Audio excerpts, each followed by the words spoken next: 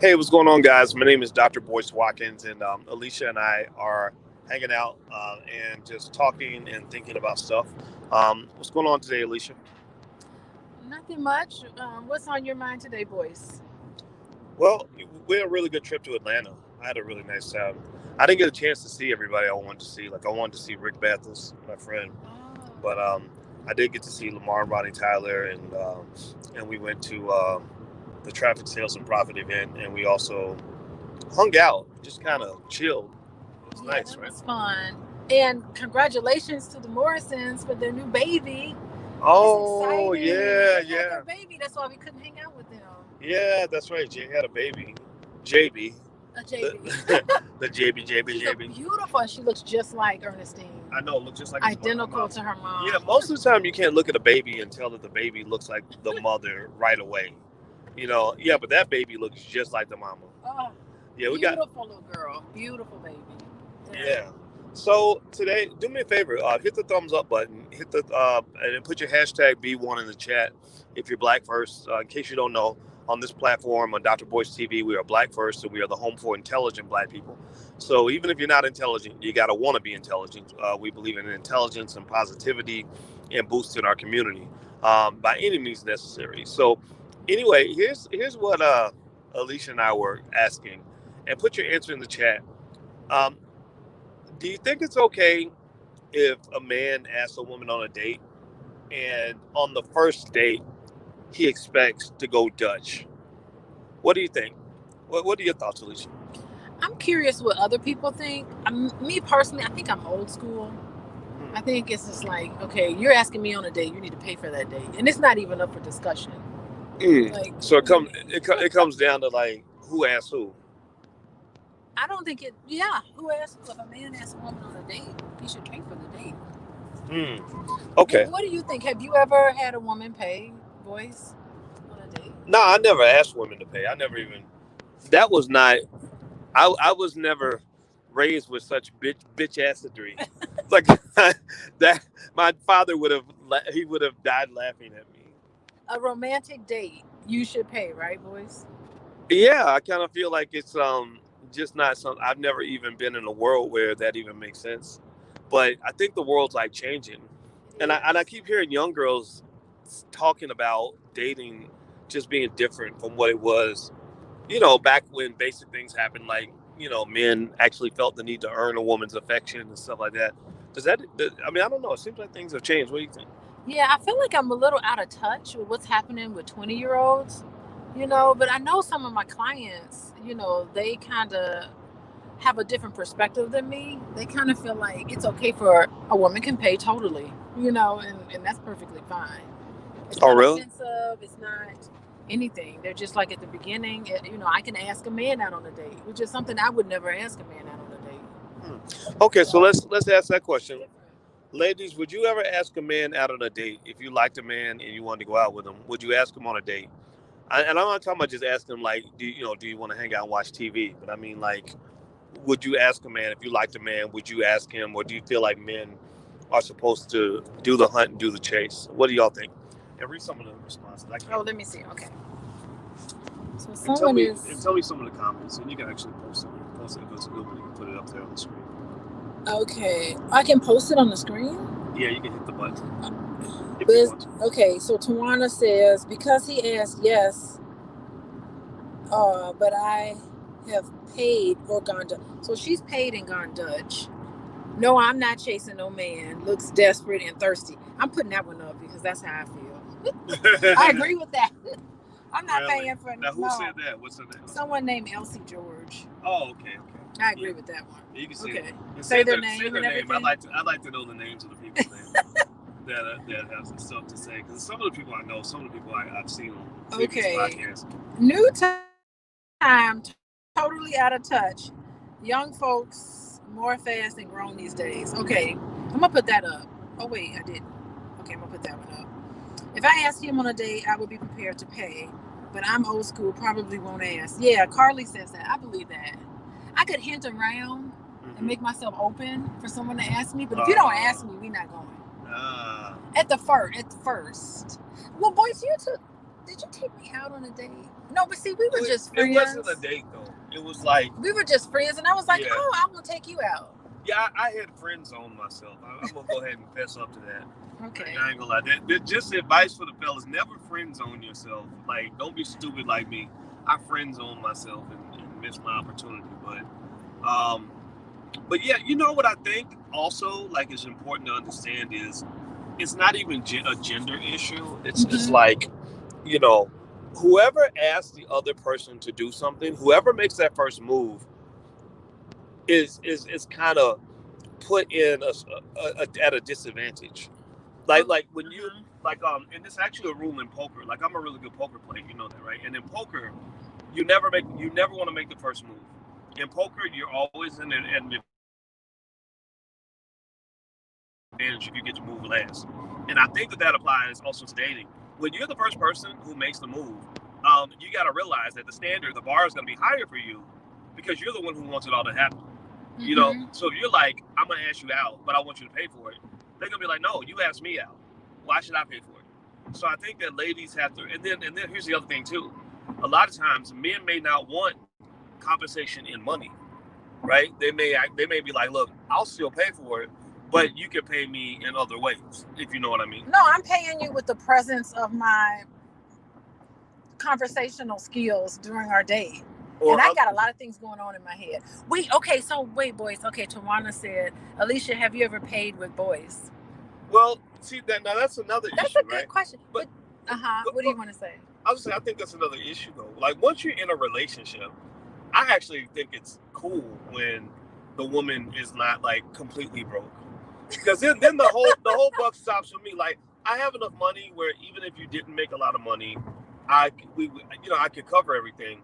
But it's nice to know, like, if I forgot my wallet, you're not gonna we're not gonna have to drive home because we need $1.85.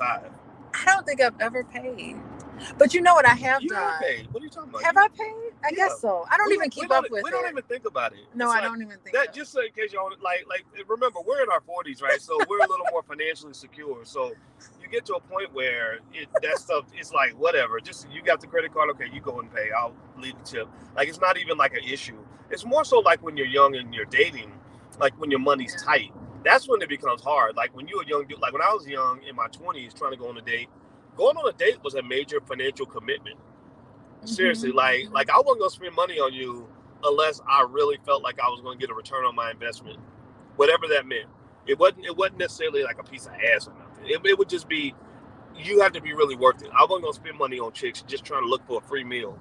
Because you got these free meal like feed the homeless type women out here that are like, like you can feed a pretty girl for just $20. Like no, I was not gonna feed nobody just because they looking for free food. I wasn't going to get played like no sucker.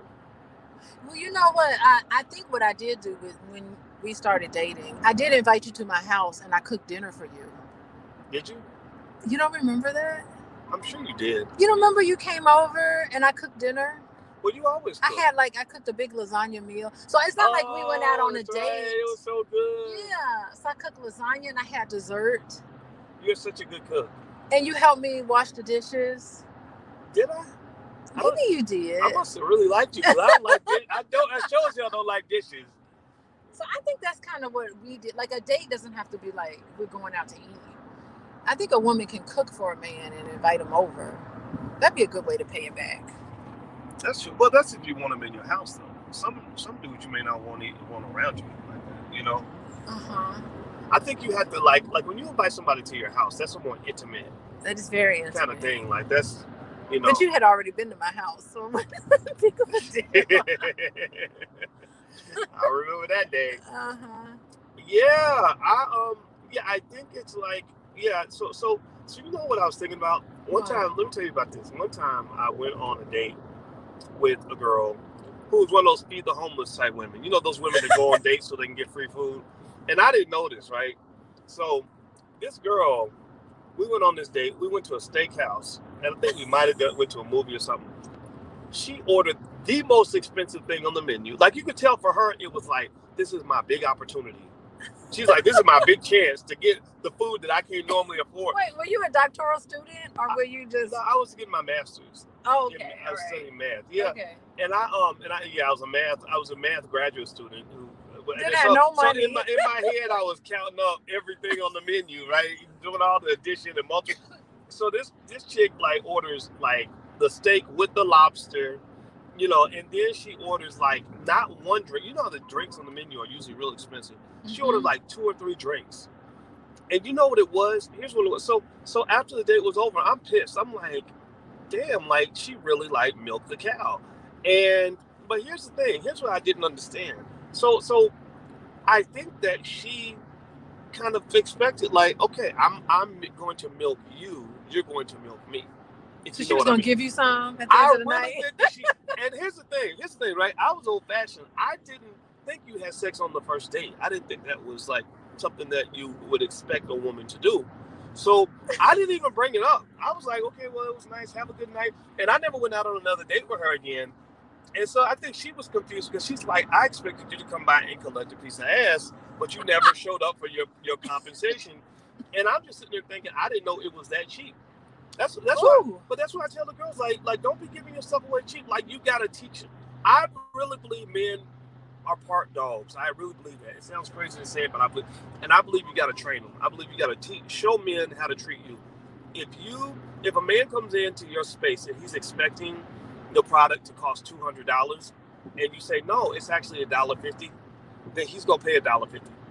If a man thinks he has to earn your affection, and you don't make him earn it, you give it away easy, then he's going to take the cheap stuff. He's not going to see the same value that he would have seen if you had to work for it. So there is something to be said. Yeah. And this goes back to the whole Dutch thing. There is something to be said, I really believe, about being a little bit hard to get. It's supply and demand. Economics. Basic economic theory says that things that are in short supply tend to have higher value. There's almost nothing that is in overwhelming supply that can maintain its value. Nothing. Right, so right now we live in a world where there's an oversupply of cheap WAP. Cardi B set the trend. WAP is now $1, $2 a pound, and it's easy to buy at any grocery store in America, and it's changing the dynamics of love and relationships. So I think that the rules change for men and women. I really do. I believe men have rules we have to apply by, right? Like we have to know when to draw boundaries with women. We have to know when to set our price with women. So you feel like a cheap hoe too sometimes. You just after me for my loving. What's going on there? You feel like that. Like, hey, slow down. Now, you know what? I don't know a lot of guys who get offended if a woman only wants them for sex. I don't know. Fellas, tell me, fellas, if you've ever had a woman that just wanted you for sex, did that offend you? Did that make you feel cheap? Like, how did you feel when that happened? I would just say, it didn't offend me at all. Like it's not. So the thing with a man though, where I have been offended, is if I felt like you were using me for the things that women tend to value a little more than men. Like if you were using me, I'll give you an example. I knew a lady once who had a boyfriend who never existed. I never saw this man. I never knew who. I never ever met him. Never. But she would call me every day at 2:00 in the morning or 11 o'clock at night because she knew I would listen to her bullshit problems and listen to her talk all night. And I was like, I got to the point where I was like, I want to go to sleep and I don't owe you conversation. Like your man should be the one listening to you all night because he's the one that's having sex with you. Like not me. Like I'm the friend zone guy, and you think you can call me anytime and talk to me like your man because your man apparently cannot hold a decent conversation. So either you need to get a new man or we need to change the terms of this relationship, whatever that meant. I'm not. I don't know what I really wanted exactly, but I know I didn't want to sit on the phone and listen to her talk all day. I was not going to be used as a replacement boyfriend, because that's what happens. Some guys get used as a replacement boyfriend, so women will spend their time with some crappy guy who doesn't treat her right, and then there'll be some other guy on the side that's like in the friend zone that she leans on for all the things that her boyfriend can't do. Because your boyfriend is stupid and don't want to pick up a book, so. You lean on, you might call me because I'm the smart guy, right? And it's like, no, like I'm not, so I think everybody knows what it feels like to be used. But I think that when it comes to what it means to be used, I think it really comes down to like, are you getting back what you put in? Are you getting back something that you value enough that you put in? So maybe in a situation, maybe I am being used and I'm okay with that because I'm getting something of value back. And it may not even be something, it may not have to be something physical. It could just be like, maybe I really do enjoy talking to you too, right? But I don't enjoy talking to everybody. Some people are stupid. Some people ain't fun to talk to. Well, I know if I'm not interested in a man, I would not let him pay for the whole meal. I would go Dutch if I was not interested in you. Oh, that's so a I would good just one. be like, oh, please, because I don't want to send the wrong signals. I was like, oh, please, let's not do this. That is so true. I'm going to pay for half of it. No, I'm paying for half of it. That's me telling you, oh, no, I'm not interested in you at all. You know what? Please don't get the wrong message. You know what? I am so fascinated by how love and relationships it links so well to economics. Like it does. So many economic theories that I learned in school apply directly to relationships because relationships are somewhat transactional. You know, not in a sleazy way, but in an honest, pragmatic way. And you know what you just said made me think about something in finance we learned called signaling theory. Oh yeah. It's you know what I'm talking about. I'm a signal to you. This ain't leading to anything. And then I don't want no man walking around mad at me. She made me pay for this meal knowing she wasn't interested in me. Yeah. When you do stuff, when you take stuff from people, you're sending a signal. When you give stuff to people, you're sending a signal. Do you know when I was 16, there was a girl that that I liked in school, and I was 16. I hadn't even had my first girlfriend really yet. Oh, I get it. And so this girl, she I kind of liked her, right? And she had jokingly said to me, "So boy, she gonna get me a Valentine's Day present?" And I was like, "Okay, sure." And so Valentine's Day came, and I had forgot to get her something, but I liked her, right? So how did you forget if you like her? I don't know. I just be forgetting. So it didn't mean I didn't like her. I just forgot. I don't know. I can't explain. Okay. So she so the day of school, I didn't have anything to give her, so I had this old Polaroid camera. Right? No. And I was like, okay, I don't really want this camera. I'll give her this camera as a gift. So I gave. Now here's the thing: giving like a camera to a girl as a gift, that looks like a significant gift, right? It looks like I spent some money, but I didn't. I just really grabbed it and was like, here's your gift. So that night I got a call from her father. And her father was like, this is Ingrid's father. This is Ingrid's dad. And I was like, hi, how are you? And he's like, did you give my daughter a camera? And I said, yeah, but it was Valentine's Day. So he said, she's going to give you the camera back tomorrow. Yeah. And I said, okay. And he said, yeah, because when a boy gives a girl an expensive gift, he expects something in return. That's right. And I was like, no, I didn't expect anything. I really didn't. I was really like that innocent, like, but it was really interesting to see that dynamic in terms of how the father responded, because the father understood it. The father understood that you don't take stuff from people without understanding like what's in it, like what they're expecting in return. And that's how a lot of rappers get screwed in record deals. Like they just take any deal, they take any money from anybody or whatever. Like a lot of people don't realize like all money ain't good money. You take money from the wrong person, you might end up owing something that you can't repay. I just realized I think we missed our exit. Did we? Yeah, because we're on 80. We should have been on 55. Oh, can you GPS us? Well, no, I think we just continue. Oh. Anyway, but that's okay. Okay. We're so busy talking about it that it doesn't. Yeah, I think that's interesting. My brother and my cousins, they all gave me advice on men. And what advice did they give you? Well, they were just like, don't ever approach a man. If he wants you, let him approach you. So it was like that simple, like do not approach a man. Do not approach him. Wow. Under no circumstances do you approach a man and want to talk to him. If he's interested in you, he needs to come to you. And they said, do not. And my brother was just like, if you see if a man in a car, there's a guy in a car, because I was in college. If a guy in a car calls you over, do not walk up to that car.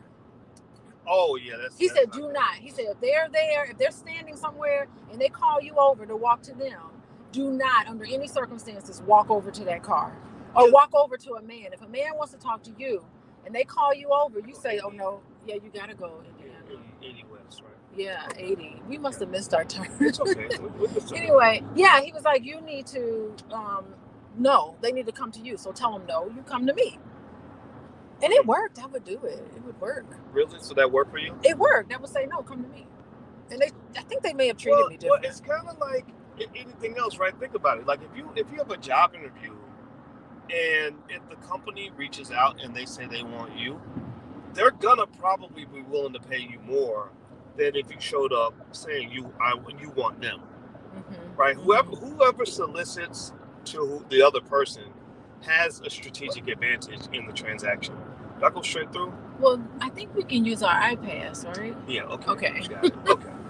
Yeah. I mean, the person. Yeah, that's what it is. It's just like even in a breakup, they said that a person breaking up with you is gonna make you feel different than if you broke up with them. Even if you like them the same amount of like literally there was something that I remember reading about where they were talking about abandonment and how people that get broken up they feel abandoned even if they don't like the person. They're like, you broke up with me? What? Yeah, it makes you look at them different. Like they don't like me.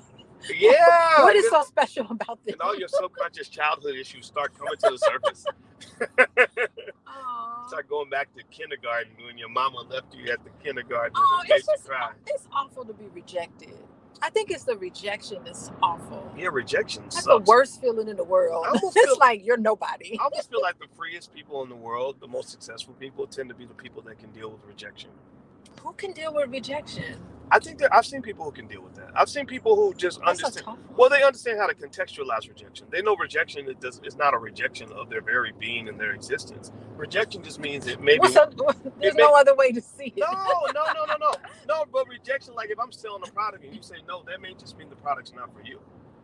Okay. That doesn't mean that something wrong with it. Like, so I talked to a girl. I explained that to my brother when I got older, and he was like a teenager. I was like, look, a girl rejecting you doesn't mean that something's wrong with you. It just might mean she has a different preference, or maybe she has a boyfriend, right? And what I learned too, this is one of the things that helped me a lot in terms of dealing with rejection is a lot of times, if you tell a woman she's attractive and you're respectful about it, she's gonna be flattered that you're attracted to her.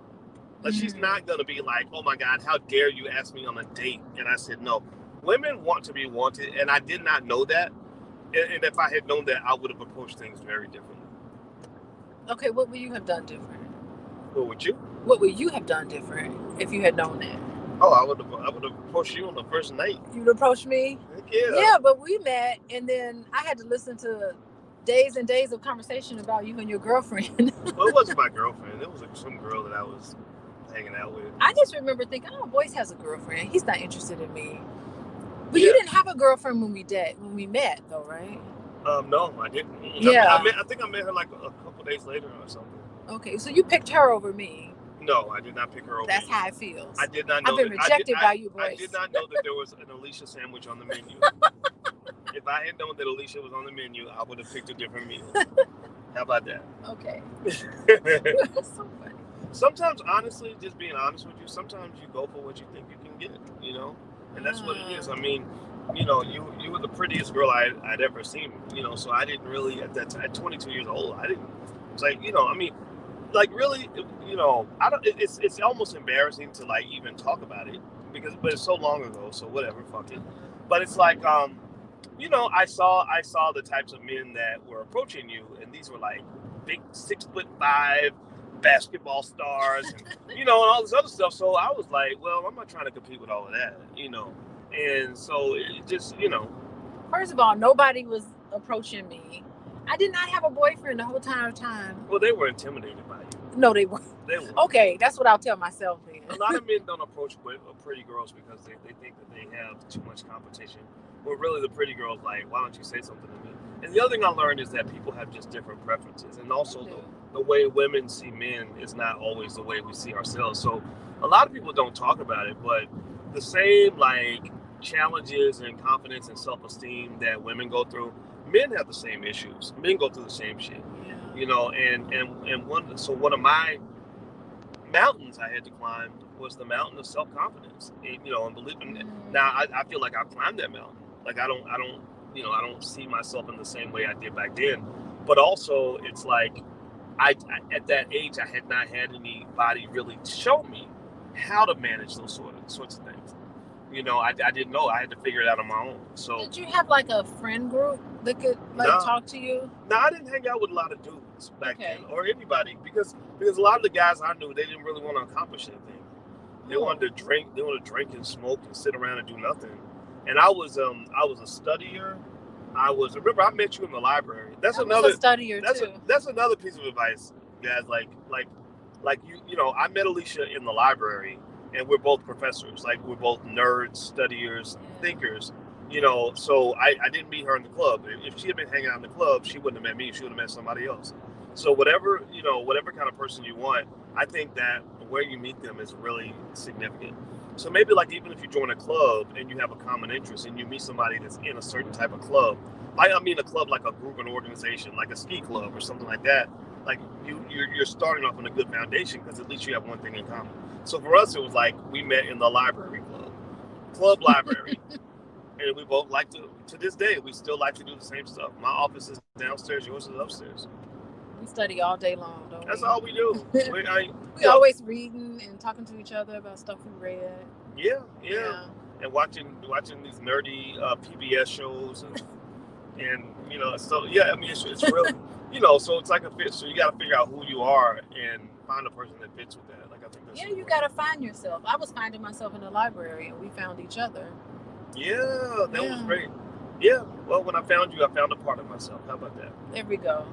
I like that. By the way, hit the thumbs up button if you haven't done it yet. And also, don't forget that tomorrow on financialjuneteenth.tv.com, we're doing our Black Business Pitch Competition. So there's some Black-owned businesses that'll compete, and you guys can vote on which business is the best. And also, text the word voice to 31996 to get text alerts when I go live. Text voice to 31996. It should be right there on the ticket. Any interesting comments? You want to read one? I can't read it. Okay, it's hard for me to read. It's getting dark. Okay. One thing that's good about going Dutch is that you don't have to feel like you owe the man anything for taking you out. Yeah, that's what I said. Yeah. That can be. Yeah, I think going Dutch. You know what? I think it's more. Maybe that's what it is, right? Like you choose to go Dutch when that works best for the situation, and then you choose to let the person pay when it's a different kind of situation, right? Because there are times where I'll let somebody pay for something. There are times where I won't, and so it kind of comes down to what you're looking for. But I personally think that if you're talking about just standard dating, like people wanting to, like a man wanting to really be with that woman, like I don't suggest to any guy to offer to the woman to go Dutch, and I don't suggest to any woman to accept that. I think you have to see the signal. Like what signal is he sending you to, when he wants you to go Dutch and it's early in the relationship? Like first of all, he's definitely telling you that he's very cheap, which can be a good thing or a bad thing, right? It means he's money conscious, which could be good because he's going to build wealth, but it could also mean that it could be frustrating because he may not want to share, right? And also he may not have a good perception of like sort of the masculine side of what it means to be a man in a relationship. I think a lot of guys don't know what the man's supposed to do because nobody ever taught them. Like they didn't have a man around, and that can lead to all kinds of ridiculousness, like in terms of people letting you down and whatever. But I think also, for men, I know that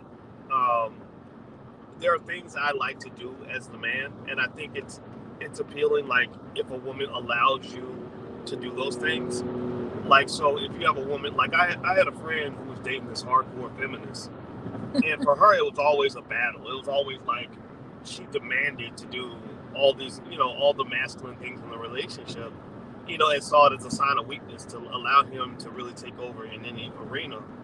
And I was like, you got to understand what that means too. Like that means you're going to be dealing with, when a person is like aggressive like that, it's really, I mean, you have to deal with them like another dude. Like that's what you're dating a man. That's what it is. You're just dating a man with a vagina. He's got a mangina. It all boils down to all of us. We want to be loved, and we want to love unconditionally. That's what we all really looking for. I don't know if I believe in unconditional love. Well, that's what we want. We want someone to love us despite of our flaws. Despite the fact that we're not perfect, we want someone to love us. And if that's going to be paying for the date or going Dutch or the other person paying for the date, whatever it is, you're looking and you're seeking out for somebody who's going to fit that. I think unconditional love should start with you loving yourself. Like when I thought about unconditional love, I realized there's 3 places I get unconditional love from: myself, God, and my mother. Those are the only 3 individuals who will love me no matter what I do. I could murder 1,000 people and be in prison for the rest of my life, and my mother would show up at my execution and cry for her baby. Okay, so moms do that. Moms yes, do that. Moms do that. So at that point, most other love comes with some sort of expectation. Rather than calling it a condition, maybe call it an expectation. You have a job to do. You know, well, should you look at it like it's a job? Like you should look at it like this is not a job. This is just my I'm loving this person because that's what I really want to do. It doesn't feel like a job. Well, maybe not call it a job, a partnership. How about that? Is that better? Okay. I want something more romantic though. Well, what's wrong with it's like a passion. It feels like we are just two halves of one whole, and we are one whole together, loving each other together. It can be like that. Well, I see it as a partnership. Okay. It can be a partnership. I can dig a partnership. Yeah, or a collective, or whatever, right? And I think, but there's expectations. Like there's things you're supposed to do, and if you don't do those things, then why would you expect that person to continue to love you if you haven't upheld any of the commitments that you've made, right? Right. Even that, whether you call it that partnership or a more romantic version of that, right? A union. How about union? I like union. I love union. Okay, so you form a union. Well, what's the foundation of a union? Words like trust and commitment, things like that, right? So you violate trust, you violate commitment, then you're violating the union, which means the person's not going to love you for very long. They might love you from a distance, like, or whatever. They might say they love you, but love is more of an act to me. Like, you can tell me you love me, but if you ain't doing nothing to really show it, like somebody could be like, I love you, as they're stabbing you and cutting your throat. That ain't love. Part of love is trust and commitment. Right. Yeah. It is connected, right? So you violate. So most love has a condition attached to it. You have trust and commitment, among other things that you're expected to do, and if you don't do those things, then that love will disappear. I don't know if the love will disappear. The relationship might disappear, but the love won't disappear. Like, I can love somebody and know that I cannot be in a relationship with them. Well, you know what? That's two different things. If you claim to love me and you reject me and kick me to the curb, that's not love. Then you said you might love me, but you acting like an enemy. You're not acting like an ally. You acting like an enemy at that point. So I don't care. I evaluate. I love you. Go away. Yeah, I evaluate people about what they do, not by what they say. Like, seriously, like somebody could literally be stabbing you and saying I love you. Oh my! You know what? You want to hear something really crazy and terrible? Okay. I knew a lady who was real. She said my perception of love has been really screwed up. And let me tell you what she said. She said that she got gang raped when she was young, and she said one of the guys, when he was raping her, he kept saying "I love you," as he's raping her. Yeah, so he's disturbed. Right. So for her, love, it distorted what love. Because she's a kid, and she's like, love. Wait, so I thought love was something else. So she literally grew up thinking that was a version of love. So I told you, what people do speaks much more loudly than what they say. So was she reliving the trauma in her current life? I have no idea. Oh. All I know, she was crazy. Was she reliving? I think she was reliving some of it, Okay. But that she's got to work through that, Yeah, but that's the thing. What you do matters to me, man. I don't really care what you say. I talk to people all the time who are like, oh, I'm gonna do this, I'm gonna do that, and they always talk about what they're gonna do and whatever, and they don't do nothing. It's like, I don't care about what you said you were gonna do. I want to see what you did. That's such a good mind control tactic. What? Here's me and you, we gonna do this. Me and you, we gonna have this. They never manifesting nothing right now. But that's pimping 101. That's what a pimp does. I knew this guy one time who was real fat, but he had all these girlfriends. And his frat brothers didn't understand. They were like, how's this fat fuck getting all the women, right? This guy's like obese, and he's got all these girls chasing after him. And you know what he said? I swear to God, this is exactly what he said. He said, so how you got all these girls, man? Like, how these girls all chasing you? And you know what he said? He said, well, it's easy, man. You just got to know how to sell a hoe a dream. That's what he said. He said, sell them a dream. Sell them hope and change. Or whatever, right? So that's what he would do. He would paint a picture with his words, backed up with no action whatsoever, and the girl will fall in love with the vision. That's what pimps do. Oh, And it's wrong. It's terrible. And you gotta know the bullshit when you see it, so you can work through that. And black women, we just be loving y'all through all your stuff. Well, we gonna love you anyway. Well, y'all got stuff too. That's true. But we'll be there with you while you get your hopes and dreams together. That's so true. Come on, my baby gonna beat somebody one day. He gonna get that record deal by his right 50th, here next to him. By his 50th birthday. He gonna get that record deal. One day, baby, you gonna be a famous rapper. That's right. You ain't never been loved until you've been loved by a black woman. Well, I love black women. Even before, years before, you and I even started dating, I don't know if I'm gonna get married, y'all, but if I get married, I'm marrying a black woman. For me, it was easy, honestly, because I've never been attracted to white women.